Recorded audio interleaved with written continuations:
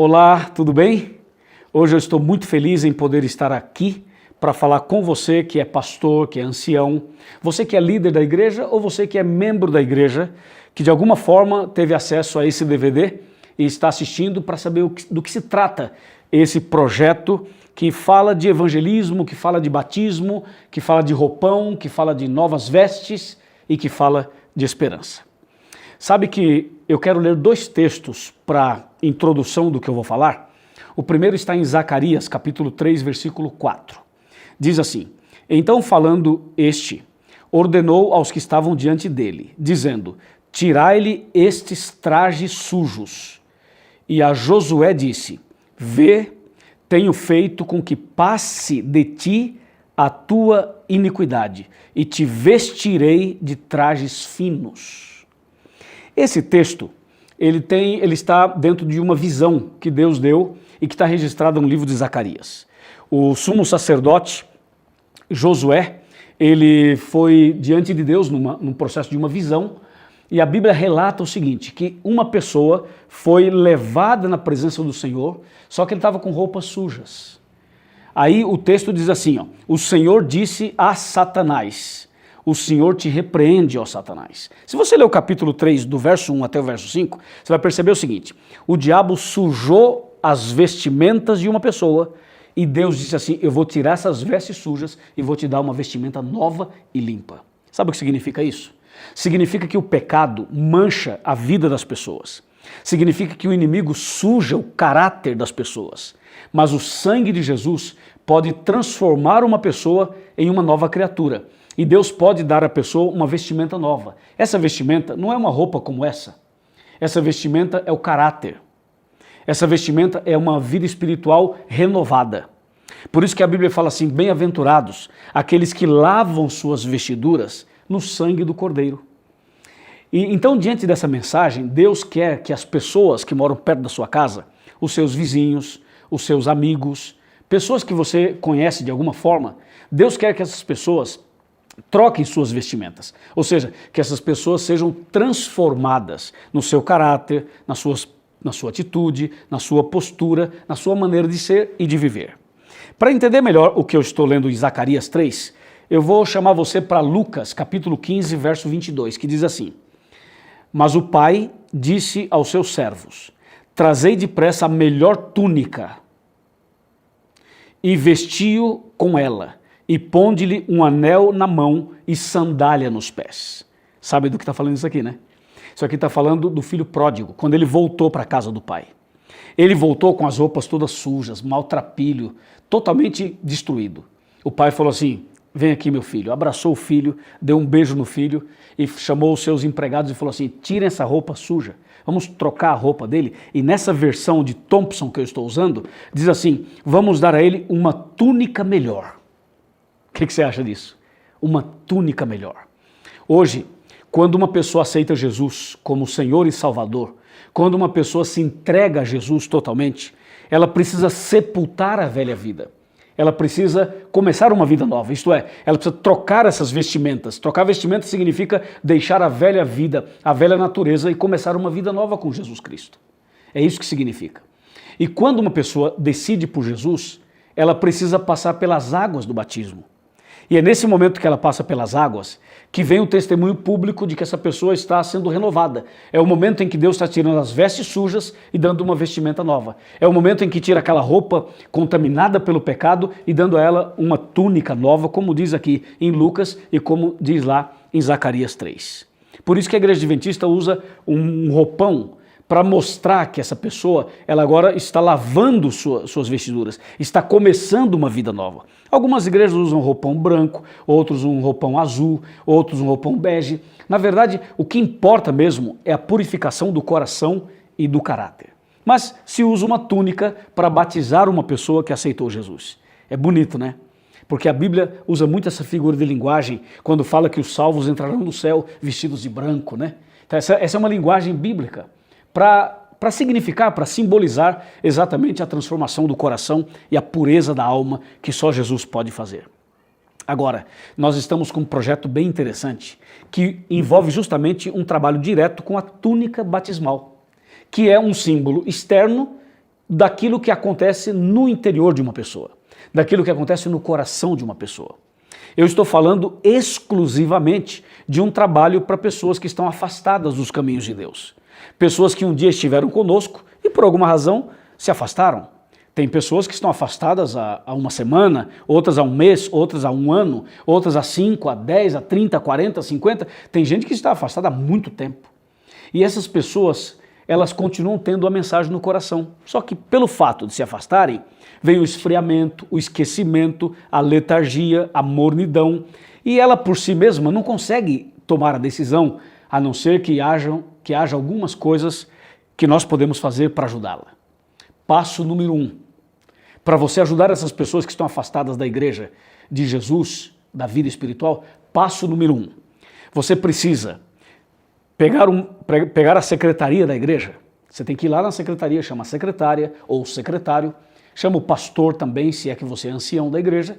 Você reúne ali o pessoal responsável pela secretaria e faz uma lista de pessoas que um dia estiveram na igreja e se afastaram.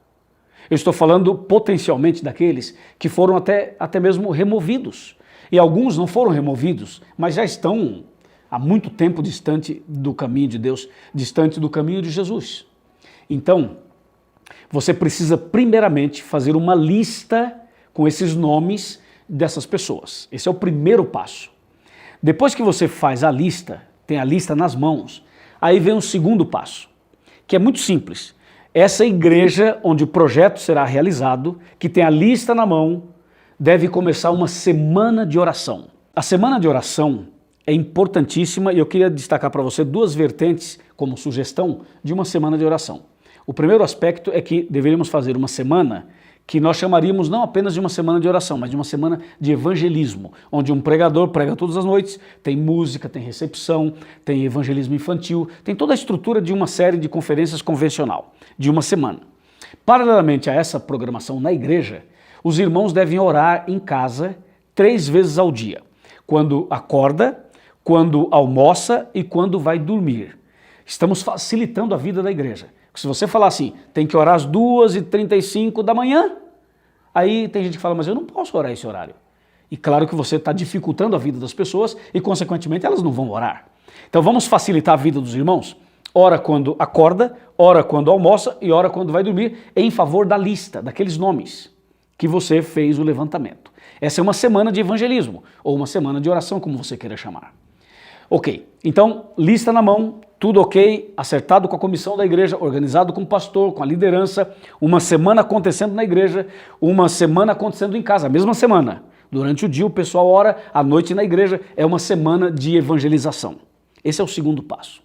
O terceiro passo é o seguinte, durante a semana de evangelismo, você deve preparar um kit missionário, um kit evangelístico. É um kit muito simples, deve ter pelo menos 3 coisas. Um DVD de estudos bíblicos. Eu sugiro um DVD que eu acabei de gravar em Israel, na Terra Santa. O DVD chama A Última Esperança. É o DVD que vai ser usado pela igreja na América do Sul nos próximos anos. Então você pode colocar esse DVD no kit. De repente você fala assim, mas pastor, eu não vou ter dinheiro para comprar tantos DVDs. Mas você sabe quanto vai custar o DVD? R$1. R$1, amigo. É mais barato que comprar um chiclete. Então qualquer um pode comprar esse DVD, ok? Então, primeiro ponto, um DVD, A Última Esperança. Segundo ponto, um livro, A Grande Esperança. Um livro missionário. Então, um DVD de estudo bíblico e um livro missionário. E terceiro, você deve fazer agora separado desses dois, pegar um roupão de batismo, como diz aqui a minha versão, uma túnica. Agora, pega uma túnica bonita, bem passada, de preferência nova. Se você não tem uma nova, pegue uma já foi usada, mas passa direitinho, deixa bem arrumado, direitinho. Aí você coloca essa túnica numa caixa e embrulha essa caixa como sendo realmente um presente, porque de fato é um presente. E num envelope à parte você coloca o DVD e também o livro missionário. Então são 2 coisas, um pacote com a túnica, o roupão de batismo, e outro pacote, um outro envelope, pode ser menor, com o DVD e o livro missionário. Então, está acontecendo a semana, está lá o pregador, os irmãos estão orando, está tudo funcionando, a lista na mão, a igreja entrou no projeto, está tudo funcionando, agora os presentes preparados. tudo preparado. Então agora vem um ponto importantíssimo, que é o passo seguinte. A igreja precisa ser organizada em duplas missionárias. A igreja tem que ser orientada e dividida e separada e organizada em duplas missionárias. Ou seja, os irmãos, homens, mulheres, jovens, enfim, todos, ao formarem a dupla, seria bom que uma pessoa, pelo menos da dupla, fosse amigo daquele que será visitado. Seria ótimo. Mas se não for também, não é um grande problema. Agora, o ideal é que quando você fizer a lista, você possa organizar essa lista por região. Por exemplo, vamos supor que isso fosse na cidade de Brasília.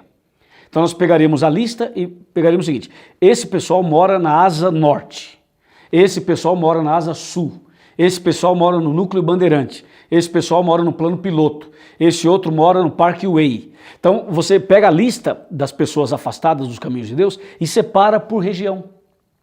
Aí você vai descobrir o seguinte: nessa região quem é que mora? Nós temos um grupo de membros de igreja que moram na asa norte. Então os irmãos da asa norte vão visitar essas pessoas. Nós temos um outro grupo que mora na asa sul, vai para a asa sul. Um outro grupo que mora no Parkway, vai para o Parkway. Assim facilita a vida dos irmãos. Tá bem? Outro detalhe importante é quando separar a lista por região, observar o seguinte: será que essa pessoa, a dona Maria, ela era amiga de quem aqui na igreja? Era amiga do José. Então vai o José e a esposa do José visitar a Maria. Ou seja, tenta organizar dessa maneira para facilitar o trabalho. Tudo pronto, semana funcionando, os irmãos orando, lista na mão, tudo organizado, o kit está pronto, o roupão preparado, tudo, o DVD e o livro, tudo organizado. Agora, amigo, mãos à obra. Mãos à obra.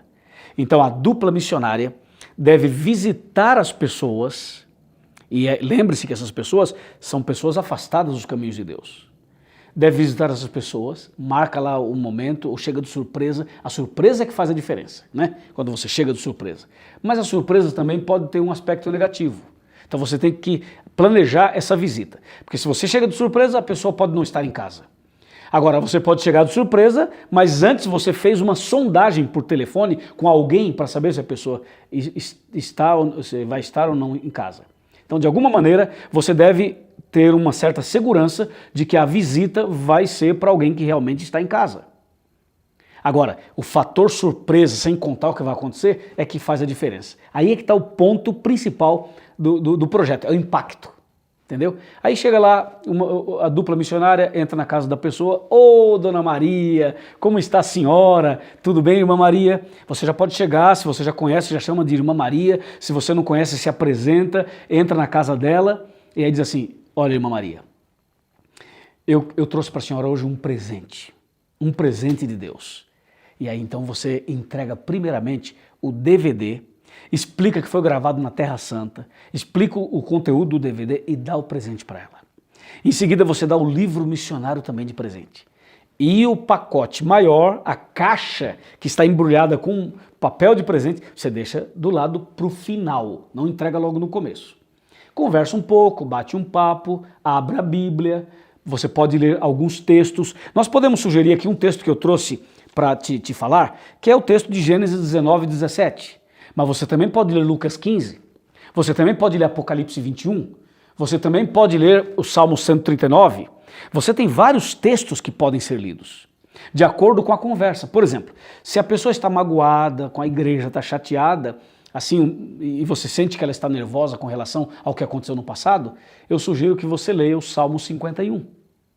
Se você percebe que é uma pessoa que mora num lugar muito simples, um lugar muito humilde, ela tem sofrido com esse problema também, leia Apocalipse 21. Se você percebe que é uma pessoa que está com problema no casamento, está naquela luta, naquela batalha, leia o Salmo 37. Então você tem várias opções para você trabalhar de acordo com a situação e com o contexto e com a vida da pessoa.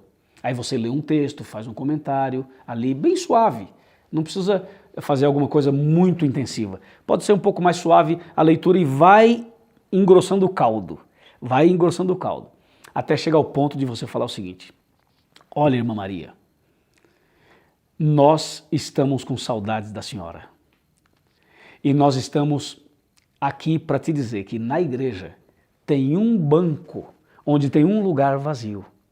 ou a sua cadeira está lá reservada. Hoje Jesus está chamando a senhora e faz um apelo para ela. Jesus está chamando a senhora. E eu trouxe aqui um presente de Jesus para a senhora. E aí você pega então esse pacote de presentes e entrega para ela. E diga, abra. Enquanto ela pega o pacote para abrir esse pacote, você e o seu companheiro ou a sua companheira da dupla missionária já está em espírito de oração. Um deles já puxa uma ficha batismal, entendeu? Uma ficha batismal. E ela abre esse embrulho, esse pacote de presente. Quando ela abrir, ela vai perceber que é uma túnica de batismo, um roupão de batismo. E você vai perceber o impacto que vai dar.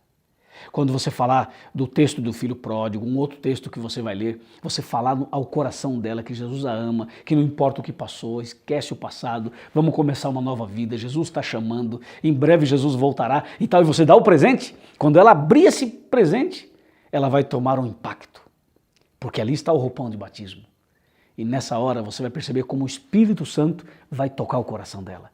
Nesse momento você vai perceber que a emoção vai tomar conta dela, porque essa é a hora crucial, é a hora em que ela vai se deparar com um apelo direto, um chamado direto.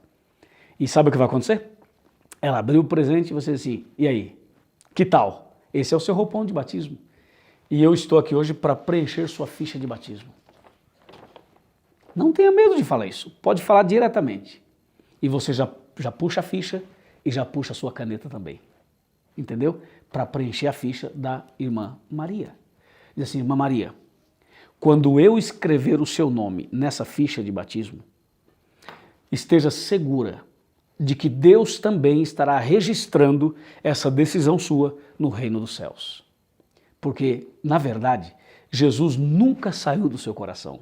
Na verdade, a senhora sempre foi preciosa aos olhos de Deus. Aí você tem que falar a verdade, porque é exatamente isso que a Bíblia Sagrada fala. Terminou de fazer toda essa apresentação, entregou tudo que tinha que entregar? Esteja seguro de que durante aquela semana tem um pastor preparado, o tanque de batismo na igreja tem água, está tudo preparado toda noite daquela semana. É uma semana de decisão, é uma semana de colheita, é uma semana de reencontro, é uma semana de reintegração, é uma semana de batismos. Então, tanque com água, pastor preparado, igreja preparada, comissão preparada, equipes todas preparadas, e aí você entende que a pessoa decidiu, preencheu a ficha, vamos supor que isso aconteceu numa segunda-feira. Aí você diz assim, então, irmã Maria, hoje à noite, a senhora vai com a gente para a igreja.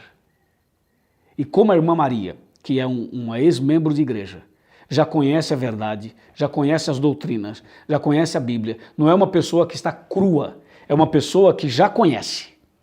Então você entende que não precisa passar aí 6 meses dando estudos bíblicos, porque estamos tratando de alguém que já conhece a palavra de Deus. Essa pessoa pode voltar e pode ser ali então batizada, nascendo de novo, como diz João capítulo 3. Agora, observe também o seguinte, se essa pessoa não tem nenhum problema grave que a impede, como problema de casamento, problema com a guarda do sábado, algum problema de drogas ou de outro vício, tudo isso você tem que observar durante a visita.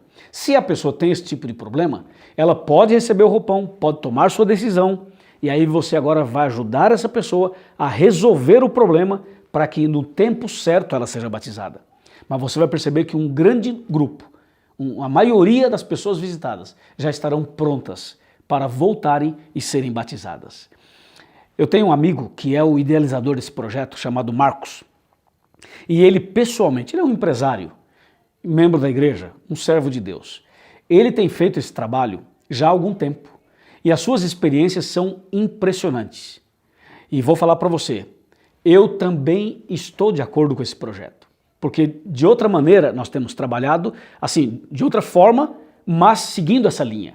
Mas a partir de agora estamos todos juntos entrando nesse projeto, para que mais pessoas que estão afastadas voltem e recomecem a vida com o Senhor Jesus. O que você acha desse projeto? Será que vale a pena ou não vale? Deixa eu fazer uma pergunta para você, pastor, ancião e líder da igreja. Tem alguém na sua família que se afastou de Jesus? Tem ou não tem? Estou seguro que tem.